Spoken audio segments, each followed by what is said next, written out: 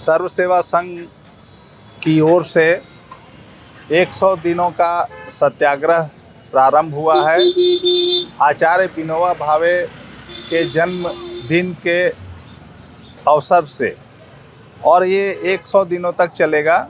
न्याय के दीप जलाएं, ये इस सत्याग्रह का मौलिक सूत्र है। और ये न्याय की बात हम इसलिए कर रहे हैं कि हमारे साथ सर्व सेवा संघ के साथ में अन्याय हुआ है। ये अन्याय को हमने चुनौती भी दिया है न्यायालय में, और हम लोगों ने एक डिक्लेरेशन सूट पिछले साल किया था मई अंतिम सप्ताह में, जब हम लोग को लगा कि प्रशासन कुछ कॉन्स्पिरेसी करने जा रही है।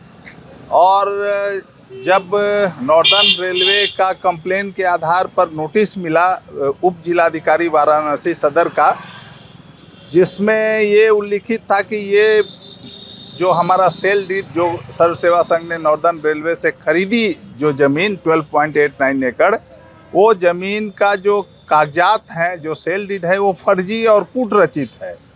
आप देख रहे हैं कि ये तीनों 1960, 61 और 1970 का जो सेल डीड है, ये तीनों का फ्रंट पेज का यहाँ पर हम लोगों ने फ़ोटो दिया है, इसको पोस्टर बनवाया है।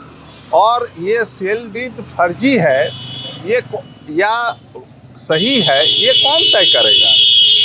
ये डीएम का अधिकार क्षेत्र नहीं है। डीएम ने जो फैसला दिया 26 जून 2023 को कि ये कूट रचित और फर्जी है, ये सिविल न्यायालय का मसला है। ये रेवेन्यू संबंधी जो अधिकार हैं वो डीएम या एसडीएम को होता है, लेकिन जब टाइटल डिसाइड करना होता है तो वो सिविल कोर्ट का क्षेत्राधिकार है।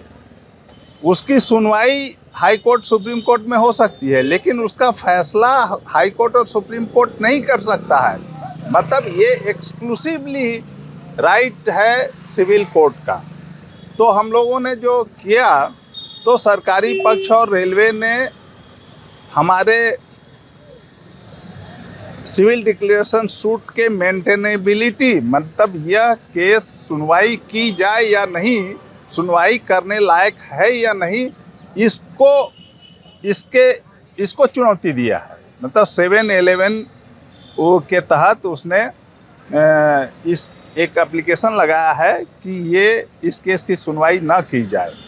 उसकी सुनवाई हुई है। ये डायरेक्शन हाई कोर्ट और सुप्रीम कोर्ट दोनों का रहा है कि ये सिविल इशू है, इसको सिविल न्यायालय में जाके डिसाइड किया जाए। और लगभग 100 डेट पड़े हैं। इस बीच में 5 अलग अलग जजों के यहाँ इस पर सुनवाई हुई है। 29 जुलाई को इसका फैसला आना था, लेकिन फिर से बीच में अगस्त महीने में सुनवाई हुई।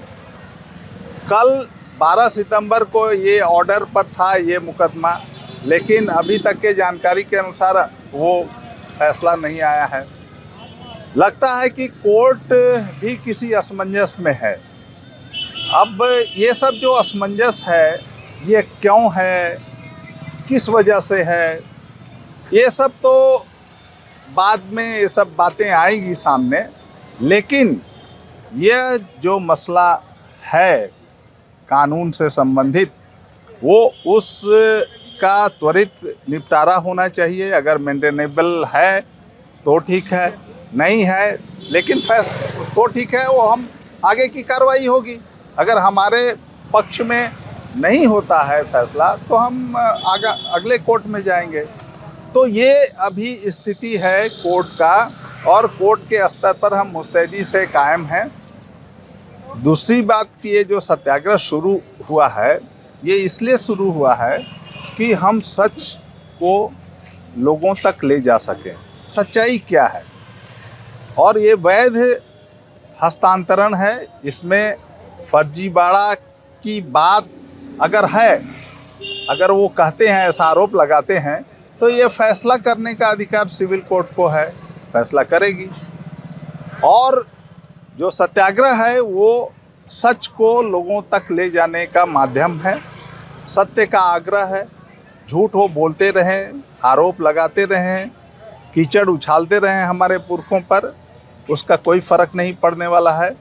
हम इस सत्याग्रह को जारी रखेंगे, 100 दिनों तक जारी रखेंगे। अगर वो